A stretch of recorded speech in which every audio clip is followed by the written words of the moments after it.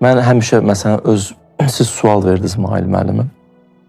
Elə həyatımda üzləşdiyim hadisələrə, o da Tohidi dünya görüşü ilə hamımıza verdiyi töhfədir də ki, insana bunu aşılıyor ki, dalan yoxdur da, qapını axtar.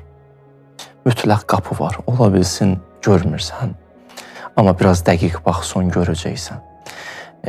Və o düşüncə səbəb olub həmişə nəsə gözüm axtarışda olub ki, indi ola bilsin buradan açılacaq, ola bilsin oradan açılacaq və həyatımda da həmişə bu bir-iki dənə hadisə olub ki, oxuduğum o peyğəmbərlərin hadisələri, onlar elə bir ki, bir növ həmişə hadisələrə bu cür baxmışam ki, o bir dönəmdə, zamanda baş vermiş hadisə deyil. Ümumiyyətlə, Quran-ı Kərimin hadisələri danışanda bir spesifik yanaşma tərzi vardı. Sırf tarix danışmaq istəmir də. Yəni, istəyirdisin ki, bu hadisələr həmişə baş verə biləcək. Mən həmən Allaham. Sən bir dənə diqqətli olsun, onu xətti tuta bilsin. Yəni, orada da yol var. Məsələn, mən Yusuf Peyğəmbərlə Musa Peyğəmbərin hadisəsində belə düşünürdüm ki, Yusuf Peyğəmbərin qapıları bağlı idi, amma ehtiyacımız var idi. Açıldı da, məsələn, o cəhd elədi, bir səy elədi, səy göstərdi. Yəni, neyniyə bilərdisə etdi də. Adam bəzi vaxt açıq qapıya getmir, amma Yusuf Peyğəmbər bağlı qapıya tərəfdə qaçdı. Çünki mənim missiyon ora qədərdir, yəni mənim öz işimdəyəm. Amma Musa Peyğəmbərdə isə baxırdım ki, Musa Peyğəmbər həqiqətən o hadisəni düşünəndə dəhşətə gəlirdi. Orada bir psixoloji anları var.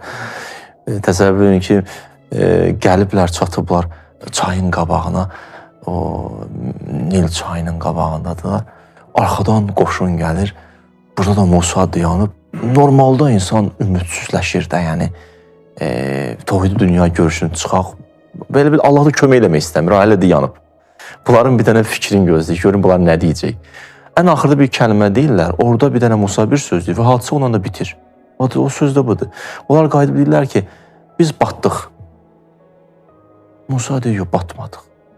Tərcümə orijinaldan deyirəm, İnnə məiyyə Rabbim. Mənim Rəbbim var. Bu söz, yəni, buradan belə anladım ki, Yusufun qapısı vardı, bağlı idi. Qapı da yoxdur burada. Yəni, orada da belə insan naümid olmasın.